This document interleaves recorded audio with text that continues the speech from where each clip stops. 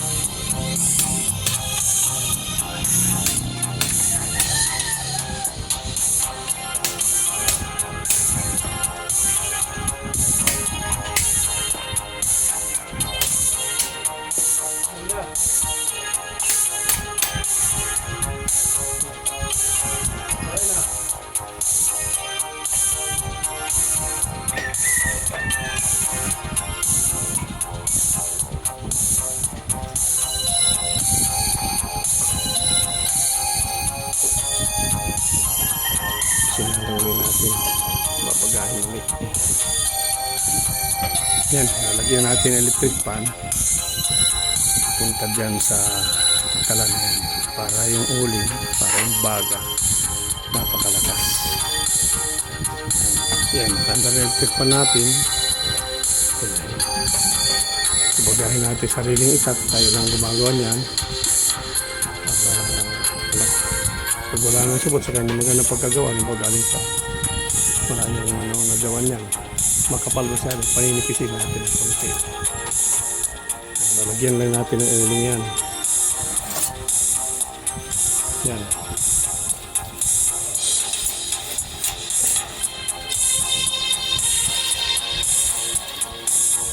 Malaki itong uling yung lalagyan.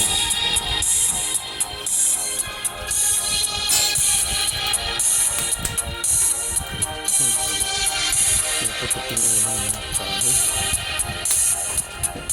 Pupukin na natin.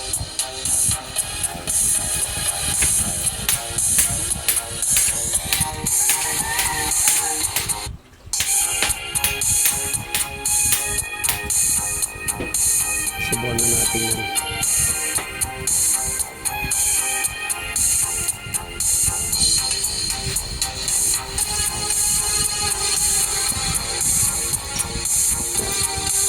Yan lang, ganun lang kasimple.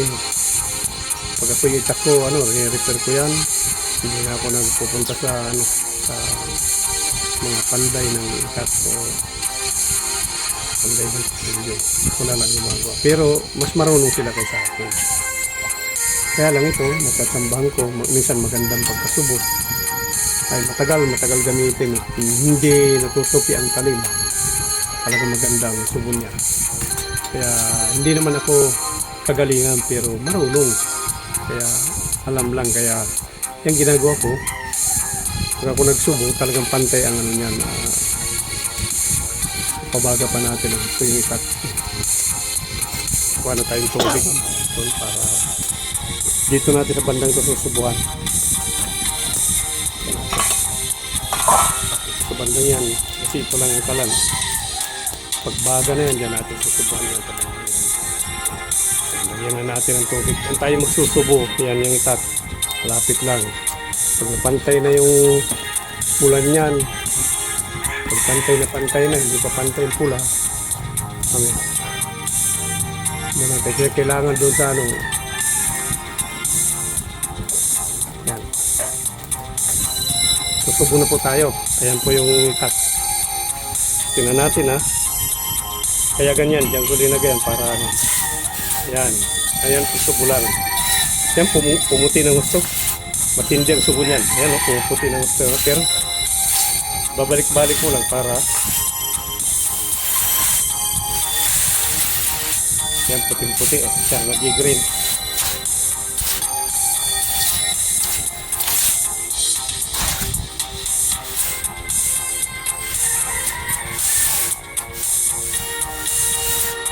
Yan. Kumbaga sa ano, sa wari-wari nagbabalangaw.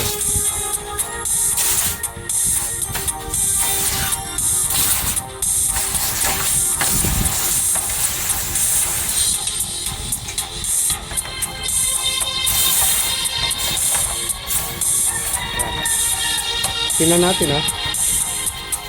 Namuti yung ano niya. Ibig sabihin magandang subo. Kahit sa matigas na kahoy, ito yung matigas na kahoy yan, tatalab yan kahit na wala pang talim. Kasi magandang subo. Tatalab yan dahil magandang talim. Wala pang ano yan, hindi pa nahasa yan.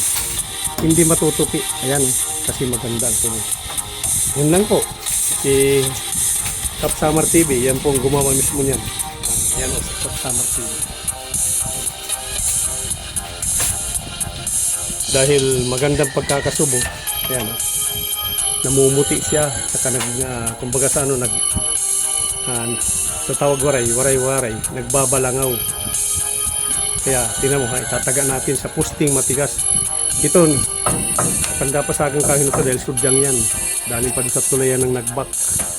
Yan ha, wala pang talim pero tumatalab na ha. Ano kasi magandang subo, hindi siya natutupi na.